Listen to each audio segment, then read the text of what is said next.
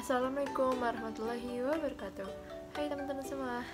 Di sini saya akan membawakan materi tentang pengolahan kurikulum untuk memenuhi tugas ujian tengah semester mata kuliah pengelolaan pendidikan dengan dosen pengampu Dr. Haji Dadang Rahman Munandar MPD.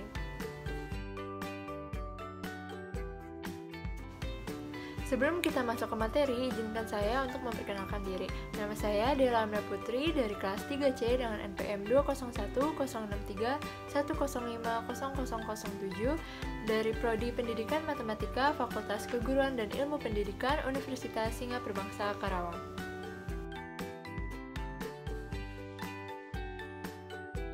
Di video kali ini, saya akan membahas tentang pengertian dari kurikulum, tujuan dan fungsi kurikulum, dan komponen kurikulum, serta ada implementasi dari pengelolaan kurikulum. Nah, di sini ada pengertian dari kurikulum.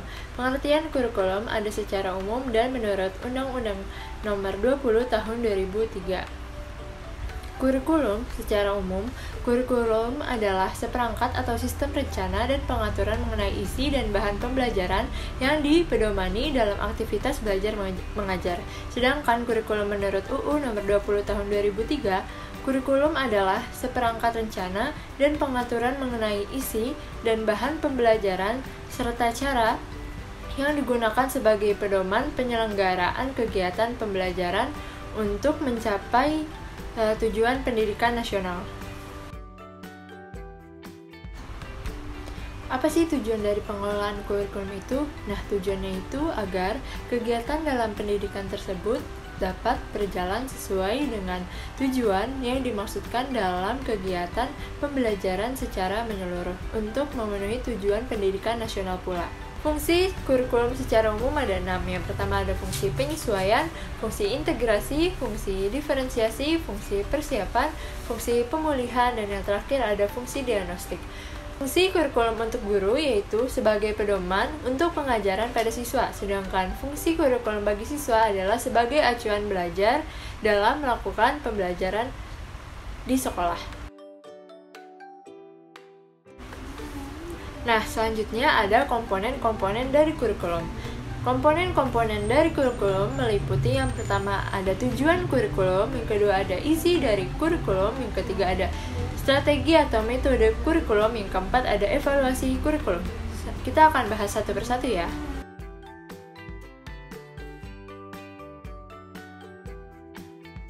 Nah, sebenarnya di awal kita sudah membahas tentang dari tujuan kurikulum. Namun, di sini tujuan kurikulum erat kaitannya dengan filsafat atau sistem nilai yang dianut oleh masyarakat. Nah, bahkan rumusan tujuan itu menggambarkan suatu masyarakat yang dicita-citakan, misalnya filsafat atau sistem nilai yang dianut di masyarakat Indonesia adalah Pancasila. Maka tujuan yang diharapkan tercapai oleh suatu kurikulum adalah membentuk masyarakat yang Pancasilais. Selanjutnya ada komponen isi dari kurikulum. Nah, komponen isi itu lebih banyak menitik beratkan pada pengalaman belajar yang dimiliki oleh peserta didik. Nah, dalam kegiatan proses pembelajaran tersebut, isi kurikulum hendaknya memuat semua aspek yang berhubungan dengan misalnya aspek kognitif, yaitu tentang pengetahuan, afektif, sikap, atau perilaku, dan psikomotorik, yaitu keterampilan dan skill. Yang dapat pada isi kurikulum itu setiap mata pembelajaran yang disampaikan dalam kegiatan proses pembelajaran tersebut.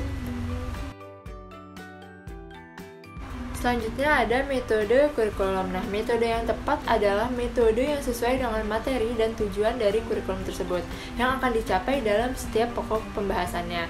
Dalam posisi guru, hendaknya tidak menerapkan satu metode saja, tetapi guru dapat menerapkan berbagai metode agar proses pembelajaran berlangsung secara efektif dan menyenangkan, dan agar mencapai sasaran yang direncanakan. Yang terakhir yaitu ada evaluasi dari komponen-komponen kurikulum. Evaluasi juga berperan penting dalam komponen kurikulum. Nah, evaluasi merupakan komponen kurikulum untuk melihat efektivitas pencapaian tujuan. Dalam konteks kurikulum, evaluasi itu dapat berfungsi untuk mengetahui apakah tujuan yang telah ditetapkan itu telah tercapai atau belum, atau mengevaluasi digunakan sebagai umpan balik dalam perbaikan strategi yang ditetapkan. Nah, kedua fungsi tersebut menurut Scriven tahun 1967 adalah evaluasi sebagai fungsi sumatif dan evaluasi sebagai fungsi formatif. Nah, yang terakhir yaitu implementasi saya melakukan observasi di SMA Negeri 2 Majalengka yang terletak di Jalan Ahmad Yani nomor 2 di Desa Majalengka Kulon, Kecamatan Majalengka, Kabupaten Majalengka, Provinsi Jawa Barat. SMA Negeri 2 Majalengka telah terakreditasi A dan memiliki luas halaman sekitar 6.000 meter persegi. Di SMA Negeri 2 Majalengka ini, dia telah memakai kurikulum tahun 2013. Mengapa? Karena setiap sekolah diwajibkan untuk memakai kurikulum 2013. Nah, pada kurikulum 2013 ini, guru itu dituntut untuk menguasai perangkat pembelajaran khususnya dalam hal IT, dan media pendukung pembelajaran sangat dibutuhkan agar proses pembelajaran itu lebih efektif. Nah, pada kurikulum 2013 ini, guru itu sangat berperan penting sebagai fasilitator dan untuk meningkatkan daya kreativitas peserta didik, sehingga dalam pembelajaran, peserta didik itu lebih cenderung lebih aktif.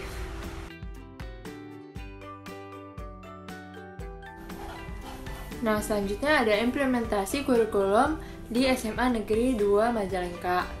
Dalam implementasi kurikulum 2013, tentunya yang kita tahu guru itu harus terlebih dahulu mempelajari dan memahami benar materi dan esensi kurikulum 2013 sebelum menerapkannya kepada peserta didik.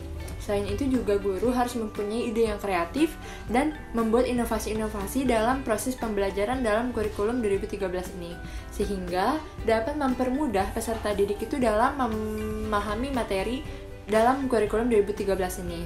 Kurikulum 2013 diterapkan dengan menekankan pada keaktifan peserta didik. Oleh karena itu, metode pembelajaran yang digunakan yaitu metode diskusi. Mengapa? Karena peserta didik itu dapat mendiskusikan materi yang telah diberikan oleh pendidik, kemudian mempresentasikannya. Selain itu, ada kendala yang dialami oleh SMA Negeri 2 Majalengka dalam kurikulum 2013, yaitu adanya beban belajar dalam kurikulum 2013 yang mengisyaratkan adanya penambahan beban belajar di SMA Negeri 2 Majalengka, di mana beban belajar tersebut dimulai dari kelas 10 yang jam belajarnya bertambah dari 38 jam menjadi 42 jam belajar, dan untuk kelas 11 dan 12 bertambah dari 38 jam menjadi 40 jam. Nah, dengan lama belajar itu untuk setiap jam belajarnya itu sekitar 45 menit. Kendala berikutnya yaitu kurikulum 2013 ini menuntut keaktifan belajar peserta didik, mulai dari mencari materi pembelajaran, memahami sampai menyimpulkan materi. Namun dalam penerapannya hal tersebut tidak semudah yang kita bayangkan. Nah, oleh karena itu, penyediaan literatur sebaiknya diperbaiki baik dalam segi kuantitas maupun kualitas, sehingga peserta didik pun lebih mudah dalam mendapatkan materi yang ditentukan. Kendala yang terakhir yaitu tidak semua pendidik itu mahir dalam bidang IT. Hal ini tuh sudah menjadi rahasia publik. Untuk mengurangi dampak yang ditimbulkan dari kendala ini, sebaiknya diadakan adanya pelatihan kepada para pendidik agar mereka itu lebih mahir dalam bidang IT. Mungkin sekian pemaparan materi dari saya, kurang lebihnya mohon dimaafkan. Wassalamualaikum warahmatullahi wabarakatuh. Jangan lupa untuk like, komen, dan subscribe teman-teman.